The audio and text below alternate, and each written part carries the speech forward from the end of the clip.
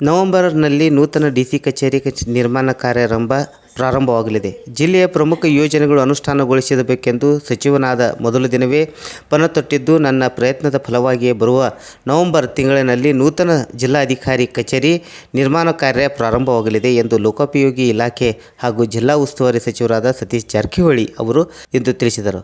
ಈ ಸಂದರ್ಭದಲ್ಲಿ ಬೆಳಗಾವಿ ಜಿಲ್ಲಾಧಿಕಾರಿ ಕಚೇರಿಗೆ ಭೇಟಿ ನೀಡಿ ಕಚೇರಿಯ ನಡೆಯುತ್ತಿರುವ ಕಾಮಗಾರಿಗಳು ಹಾಗೂ ಇತರ ವಿಷಯದ ಕುರಿತಾಗಿ ಜಿಲ್ಲಾಧಿಕಾರಿಗಳಾದ ಮೊಹಮ್ಮದ್ ರೋಷನ್ ಅವರ ಜೊತೆ ಸಮಾಲೋಚನೆ ನಡೆಸಿ ಹಾಗೂ ಇತರ ಕಾರ್ಯಗಳನ್ನು ವೀಕ್ಷಣೆ ಮಾಡಿದರು.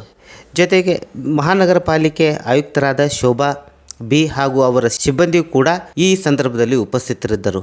ಜಿಲ್ಲಾಧಿಕಾರಿಗಳ ಕಚೇರಿಯನ್ನು ವೀಕ್ಷಿಸಿದ ಸತೀಶ್ ಜಾರಕಿಹೊಳಿ ಅವರು ವಿವಿಧ ಕಾಮಗಾರಿಗಳ ಕುರಿತು ಕೂಡ ಜಿಲ್ಲಾಧಿಕಾರಿಗಳ ಜೊತೆ ಚರ್ಚೆ ಮಾಡಿದ್ದಾರೆ. ವರದಿ ರತ್ನಾಕರ ಗೌಂಡಿ, ಬೆಳಗಾವಿ.